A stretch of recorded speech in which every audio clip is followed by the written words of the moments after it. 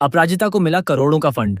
गद्दार का होगा पर्दाफाश। सीरियल तुम देना साथ मेरा में आने वाला ट्रैक बेहद रोमांचक और हाई वोल्टेज ड्रामा से भरपूर होने वाला है।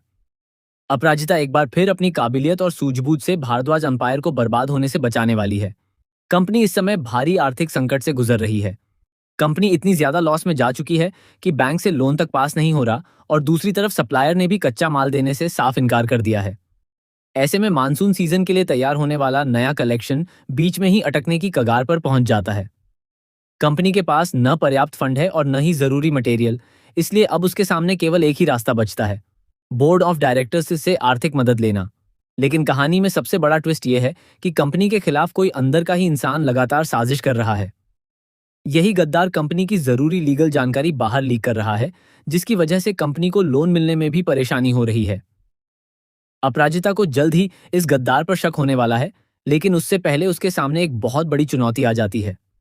उसे बेहद कम समय में मानसून सीजन का नया कलेक्शन तैयार करना है, उसके सैंपल्स बनाने हैं और बोर्ड ऑफ डायरेक्टर्स के सामने एक शानदार प्रेजेंटेशन भी देनी है।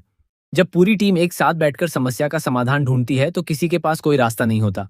ईरा भी साफ कहती है कि जब लोन पास नहीं हुआ और रॉ मटेरियल की सप्लाई भी बंद हो चुकी है, तो आखिर कंपनी मानसून कलेक्शन कैसे लॉन्च करेगी। अगर इस बार कलेक्शन लॉन्च नहीं हुआ तो कंपनी को बहुत बड़ा नुकसान उठाना पड़ सकता है और उसके बंद होने तक की नौबत आ सकती है। तभी अपराजिता सबको चौंकाते हुए कहती है कि उनके पास मटेरियल मौजूद है। यह सुनकर पूरी टीम हैरान रह जाती है।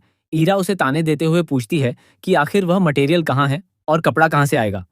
तब अपराजिता बताती है कि जो कपड़े पहले अलग करके स्टोर रूम में रख दिए गए थे, उन्हीं मटेरियल को सही तरीके से इस्तेमाल करके नया कलेक्शन तैयार किया जा सकता है।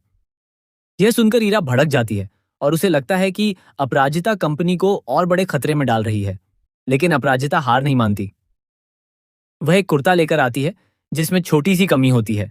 वह उसी कुर्ते को अपनी क्रिएटिविटी से ठीक करके सबके सामने साबित करती है कि पुराने मटेरियल को भी नया रूप देकर शानदार कलेक्शन तैयार किया जा सकता है। अपराजिता की इस काबिलियत को देखकर रक्षित को पुरानी घटना याद आ जाती है, जब अपराजिता ने बेहद कम समय में उसके खराब हुए कुर्ते को ठीक करके उसे एक नया डिजाइन दे दिया था। शुरुआत में ईरा और विवान अपराजिता के आइडिया का विरोध करते हैं, लेकिन तभी रक्षित साफ कह देता है कि अगर किसी के पास इससे बेहतर आइडिया है तो वह सामने आकर बताए। जब किसी के पास कोई बेहतर विकल्प नहीं होता तो अपराजिता को अपने आइडिया पर काम करने का दूसरा मौका मिल जाता है। रक्षित भी पूरी टीम को उसके साथ काम करने के लिए कहता है। अब अपराजिता अपनी पूरी टीम के साथ मानसून कलेक्शन तैयार करने में जुट जाती है। इसी दौरान कहानी में रक्षित और अपराजिता के रिश्ते को लेकर भी नया मोड़ आता है। अपराजिता का झुमका रक्षित के घर रह जाता है और मोहित इस बात को नोटिस कर लेता है। मोहित रक्षित को समझाता है कि अपराजिता अब भी उसके लिए बहुत मायने रखती है और शायद रक्षित को उसे एक और मौका देना चाहिए। रक्षित भी अपराजिता के झुमके को देखकर कहीं ना कहीं सोच में पड़ जाता है।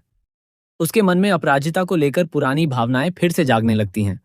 लेकिन दूसरी तरफ कंपनी के अंदर छिपा हुआ गद्दार अभी भी अपनी साजिश में लगा हुआ है। अपराजिता जब शानदार प्रेजेंटेशन तैयार करती है तो वही गद्दार उसे खराब करने की कोशिश करता है। इतना ही नहीं, कंप्यूटर में तैयार की गई पूरी प्रेजेंटेशन को डिलीट कर दिया जाता है। ऐसे समय में हर कोई समझता है कि अब अपराजिता के पास कोई रास्ता नहीं बचा है और बोर्ड ऑफ डायरेक्टर्स के सामने कंपनी की उम्मीदें खत्म हो सकती हैं। लेकिन यही वह पल होता है जब अपराजिता सबको चौंका देती है। वह हार मानने के बजाय अपनी टीम के साथ मिलकर एक नया तरीका अपनाती है। कंप्यूटर वाली प्रेजेंटेशन खत्म हो जाने के बावजूद अपराजिता खुद तैयार किए गए कलेक्शन को लेकर बोर्ड ऑफ डायरेक्टर्स के सामने पहुंचती है। वह पूरी टीम को मॉडल के रूप में तैयार करती है और लाइव प्रेजेंटेशन देने का फैसला करती है। अपराजिता की यह हिम्मत देखकर सभी हैरान रह जाते हैं। वह अपने नए आइडिया और शानदार कलेक्शन को इतने प्रभावशाली तरीके से पेश करती है कि बोर्ड ऑफ डायरेक्टर्स पूरी तरह प्रभावित हो जाते हैं। जिस कंपनी को कुछ समय पहले तक बंद होने के खतरे का सामना करना पड़ रहा था, उसी कंपनी के लिए अब उम्मीद की नई किरण दिखाई देती है। बोर्ड ऑफ डायरेक्टर्स अपराजिता की मेहनत और उसकी प्रेजेंटेशन से बेहद खुश होते हैं और कंपनी को नया फंड देने का फैसला करते हैं। कंपनी के लिए करोड़ों रुपए के फंड की मंजूरी मिल जाती है। इस तरह अपराजिता एक बार फिर भारद्वाज अंपायर को डूबने से बचा लेती है। पूरी टीम उसकी जमकर तारीफ करती है, लेकिन अपराजिता इस सफलता का पूरा श्रेय खुद लेने के बजाय अपनी टीम और रक्षित को देती है। अब कहानी में सबसे बड़ा सवाल यही है कि आखिर कंपनी के खिलाफ साजिश कौन रच रहा है। कौन है वह गद्दार जो लगातार कंपनी की जरूरी जानकारी लीक कर रहा है और अपराजिता की मेहनत को बर्बाद करने की कोशिश कर रहा है। अपराजिता अब इस रहस्य को सुलझाने के बेहद करीब पहुंच चुकी है। वहीं ईरा के लिए भी आने वाला ट्रैक परेशानियों से भरा होगा, क्योंकि उसे महसूस होने लगेगा कि अपराजिता धीरे धीरे दोबारा रक्षित के दिल में अपनी जगह बना रही है।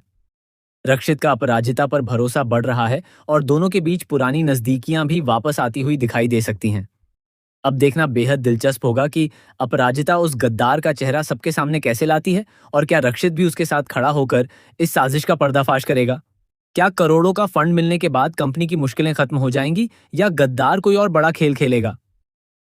आने वाले एपिसोड में इन सभी सवालों के जवाब मिलने वाले हैं और कहानी में एक के बाद एक चौंकाने वाले ट्विस्ट देखने को मिलेंगे।